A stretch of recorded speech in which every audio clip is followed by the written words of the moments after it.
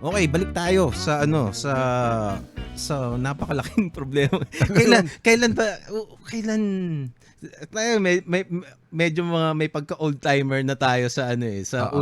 usaping ito eh. Ever Yes. since nagkaroon ng internet, nandun na tayo sa eksena eh. Yes. 'Di ba? So, kailan nagsimulang maging problemahin ng mga creator to? Hindi, I think yung yung isa talagang naging problema, a lot of people were talking about distribution. Oo. Yun ang isa sa mga pinakamalaking issue na narinig ko noon Mm-mm. na distribution. Na hanggang ngayon ganun pa rin. Mm-mm. Na parang we're an archipelago, we have like 7,000 plus islands, tapos yun nga, in order to bring your comics to another province, kailangan mong sakay sa barko Oo. o ilagay sa eroplano. Mm-mm. So mas mahal Mm-mm. yung ganyan.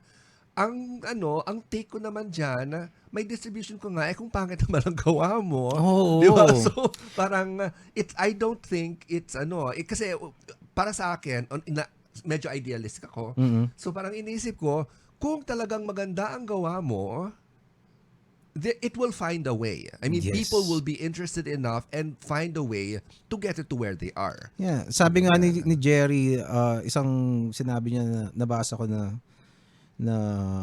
natatandaan ko talaga. So, your audience will find you or you will find your audience. Diba? Parang ganun. Totoo eh. Kasi that happened to you.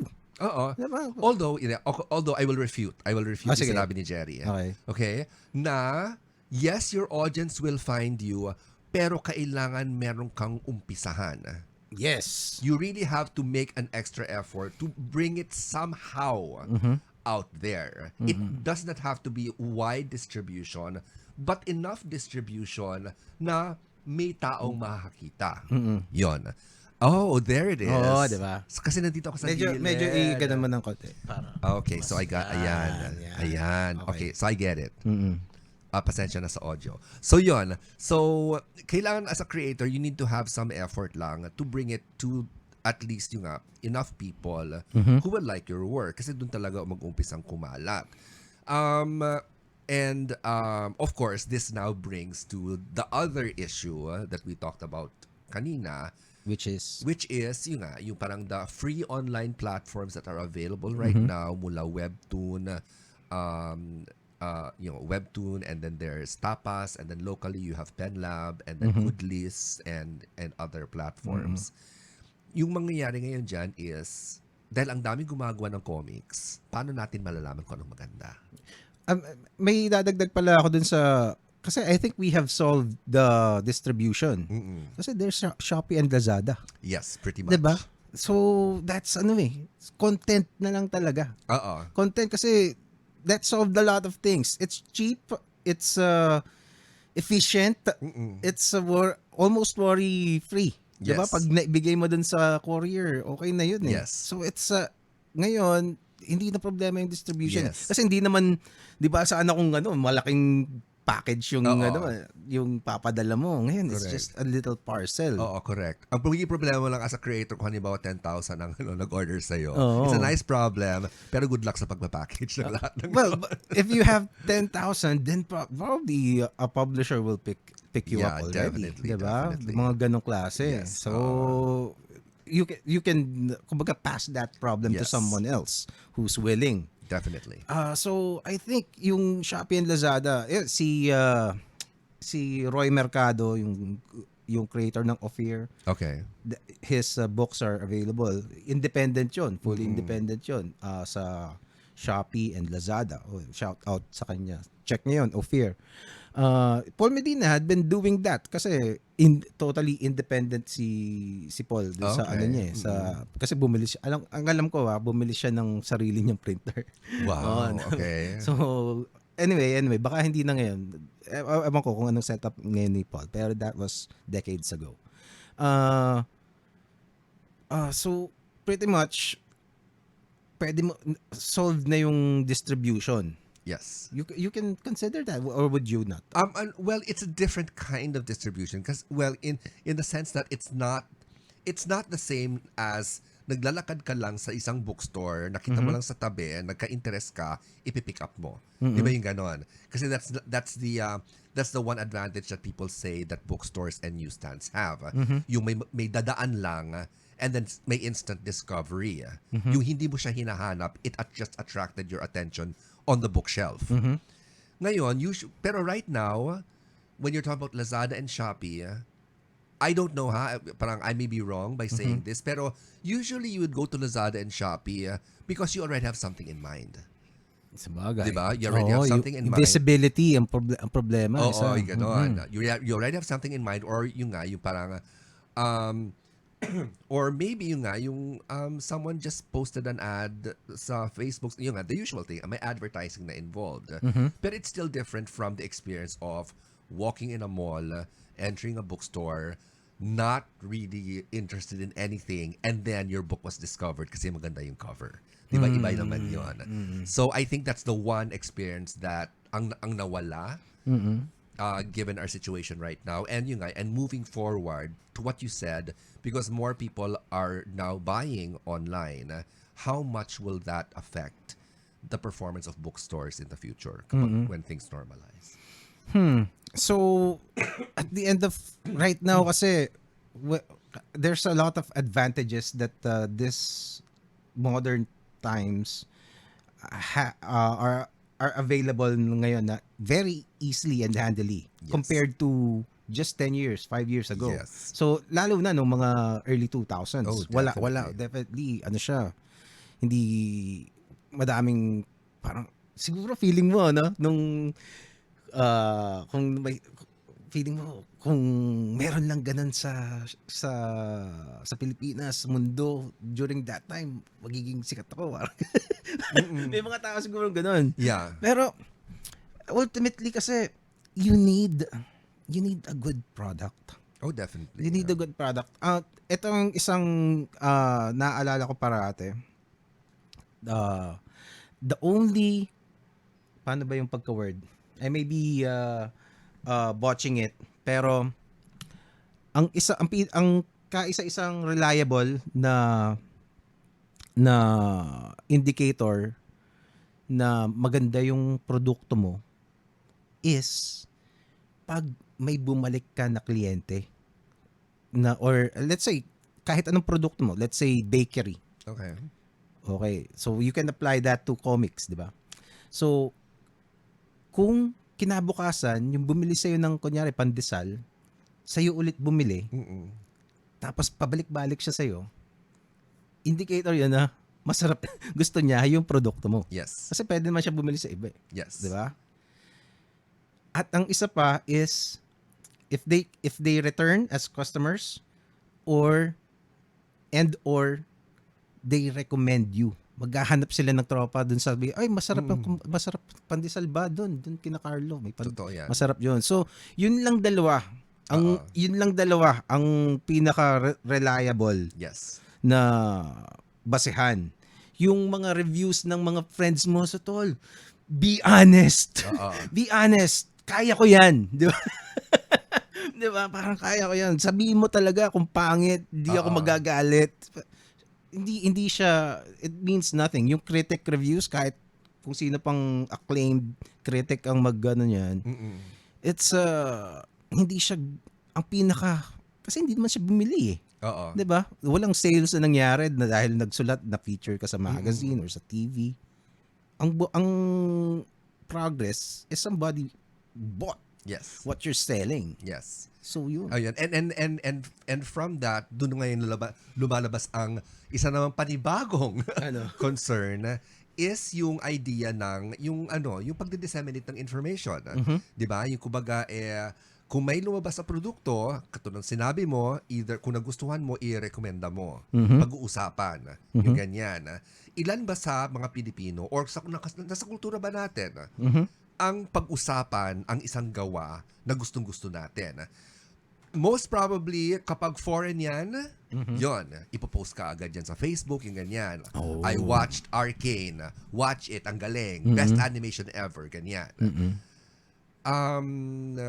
Pero kung Pinoy ang work, yun ang tanong.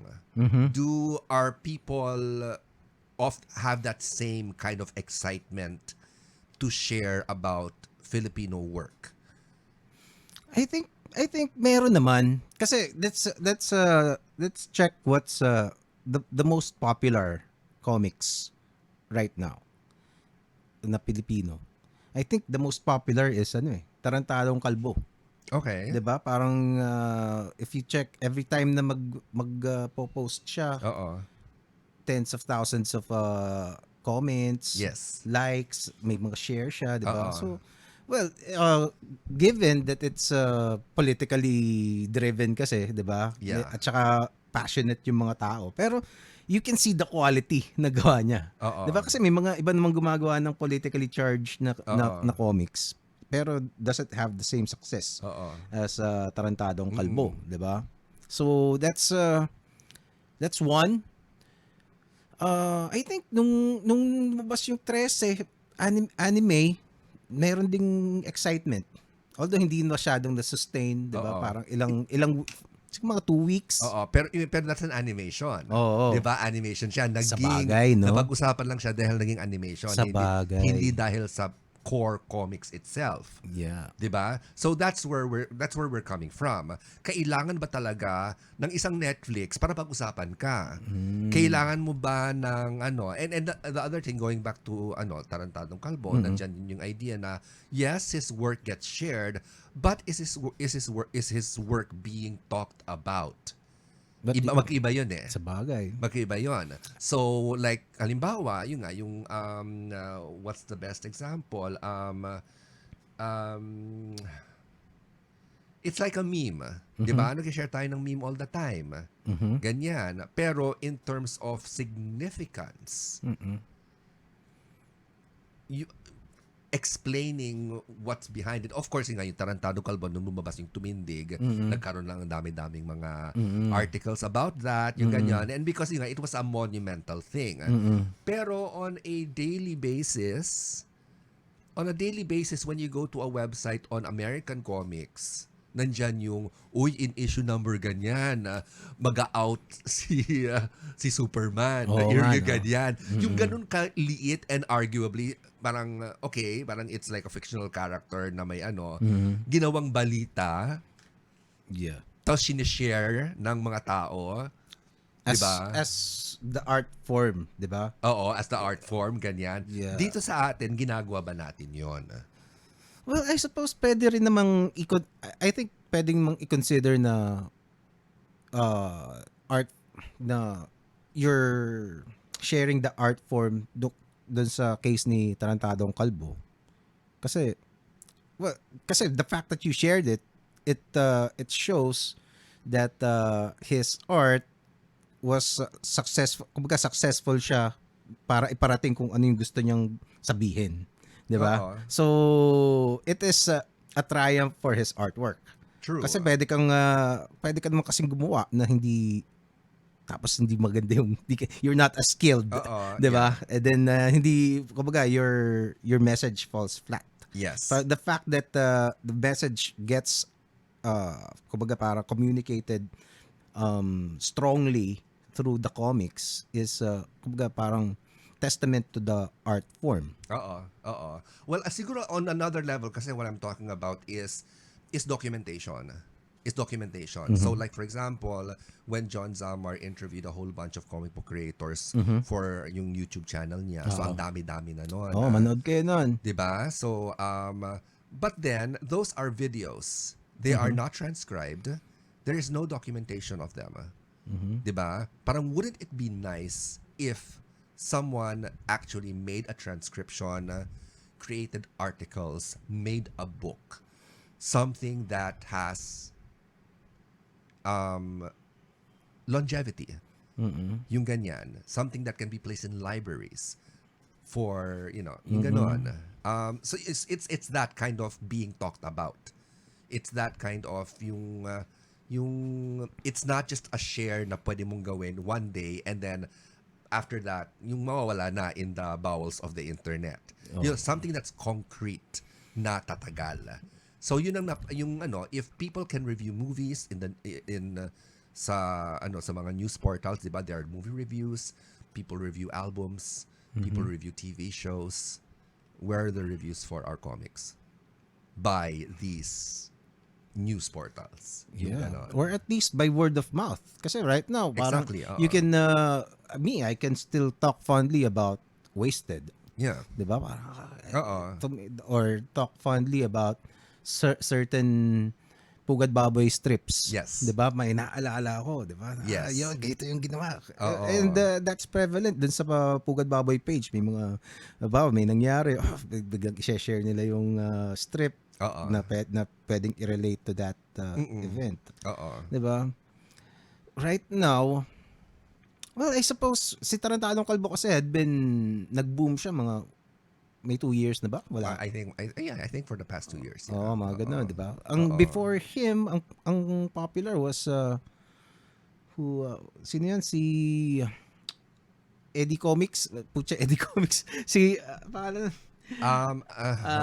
Hindi si Libre. Libreng Comics. Oo. Libreng Oo, Comics. yes. Si Toto Madayag. Yes. Toto Madayag. Yes. Oo. So, kasi isama na rin dyan si Hung Hang Comics and yung Oo. ganyan. Yeah, it's so much easier to pag comic strip talaga, it's so much easier. Pero yun nga, yung parang and that's why yung dun tayo sa going back to dun sa sinabi ko kanina, we're not really sure kung about sino talaga sa industriya ang may success story. For all we know, there's someone in some province chugging away at his own comics na nasa webtoon is actually making millions and we don't know about them. Sabagay. Di ba yung ganon? So there's a lot and that's why this whole idea of researching and getting to know about yung mga komikeros natin, about their works and what they're doing so that we can get a bigger picture na baka sinasabi natin kailangan sagipin ang comics industry when actually it's actually going along just fine. Di ba? Because we don't really know. for the size of it, no? Oo. Parang it's doing awesome, It's 'di ba? doing awesome. Kumbaga yung statistically, I don't know. Di ba? Like, for example lang ha, for example, if there are like, let's say there are like 500 komikeros right now doing comics. And let's say that 5% of them, what's 5% of 500? 25. Oo. 25 people are actually making bank. As in they're earning money from their comics. Is that healthy for the comics industry? Is the 5% of komikeros making bank a good indication for the industry? I don't know. Ikaw. Para sa akin, it's pretty good. It's pretty good given the fact that comics right now is not movies. 'Di ba? The fact na merong komikero dyan na kumikita ng malaking pera dahil sa comics nila and we haven't heard of them.